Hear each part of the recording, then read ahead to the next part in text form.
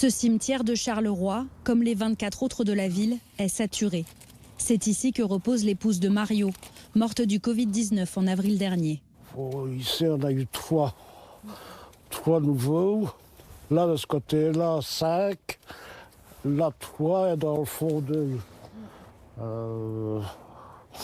Sur 7 mois de temps, c'est incroyable. La surmortalité liée au Covid-19 contraint la mairie à procéder à des exhumations pour récupérer 7000 emplacements. Sur les tombes, des affichettes comme celle-ci informent les familles qui ont ensuite 1 an et 1 jour pour s'y opposer. Sur cette rangée, par exemple, le délai est expiré pour 7 emplacements qui peuvent donc être récupérés. La saturation des cimetières a aussi compliqué le travail des pompes funèbres. Dans cette entreprise, comme dans toutes les autres, la responsable a dû conserver les corps dans une chambre froide. C'est délicat. Vous devez vraiment prendre beaucoup de pincettes pour parler à la famille, leur faire comprendre que la situation est inédite. Il faut savoir qu'à la ville, ils avaient mis aussi la possibilité des caveaux d'attente. Donc après, la place est très restreinte. En Belgique, le pic de la deuxième vague a été atteint mi-novembre. Mais elle a été plus forte que la première, avec davantage de patients pris en charge dans les unités de soins intensifs. Et tous services confondus, les hôpitaux belges ont accueilli 2 fois plus de malades du Covid-19.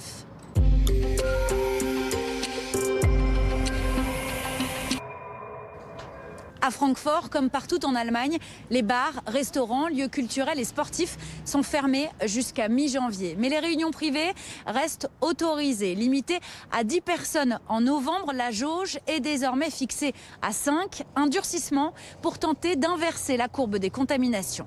Les hôpitaux allemands frôlent la saturation. Des malades Covid-19 continuent d'arriver chaque jour. 80% des lits de réanimation sont actuellement occupés. Nos ressources diminuent de jour en jour et les chiffres de la mortalité ont significativement augmenté ces dernières semaines. L'État allemand a donc décidé de mettre en place une stratégie de vaccination dès que le vaccin sera autorisé. Dans la région allemande de Hesse, 28 centres de vaccination comme celui-ci sont prêts dès l'arrivée des premières doses. 1500 personnes pourront se faire vacciner ici chaque jour, 7 jours sur 7.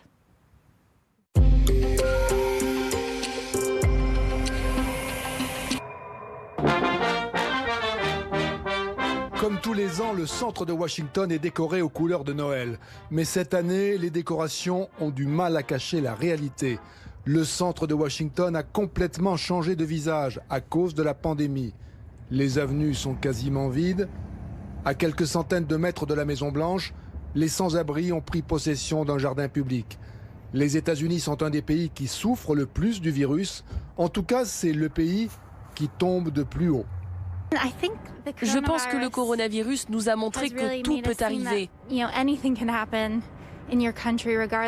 Et peu importe où vous habitez et l'image que vous avez de votre pays, c'est assez dévastateur pour tout le monde. Une impression de fin du monde avec tous ces magasins fermés et ceux qui sont encore barricadés par peur des émeutes. En ce début décembre, tous les compteurs sanitaires, humains et économiques sont au rouge. Selon les autorités sanitaires américaines, les États-Unis vont connaître cet hiver non seulement la pire catastrophe de santé publique de leur histoire, mais la pire catastrophe tout court.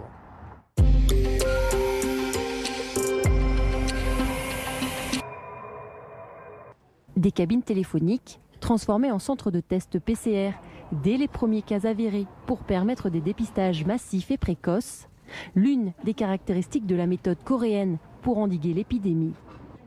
Accompagné d'un traçage généralisé via portable, carte bleue ou vidéosurveillance, comme ici à l'entrée d'un bus de Séoul. Une quatorzaine stricte doit également être observée pour toute entrée sur le territoire. Cet étudiant coréen de retour de Paris en a fait les frais. 2 fois par jour, je dois remplir un formulaire sur ma santé, un le matin et un en fin d'après-midi.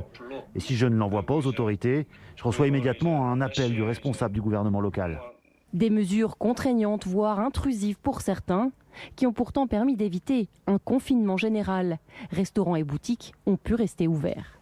Il faut dire qu'en la matière, le pays a déjà eu affaire au SRAS et au H1N1. Dans la loi, il est prévu qu'en temps d'épidémie, il y a des exceptions très encadrées où effectivement les données de la vie privée des personnes contaminées peuvent être exploitées par l'État. Bilan, moins de 600 morts pour 52 millions d'habitants. Même si le gouvernement se prépare déjà à la 3e vague, en fermant cette semaine écoles et salles de sport, jusque-là restées ouvertes.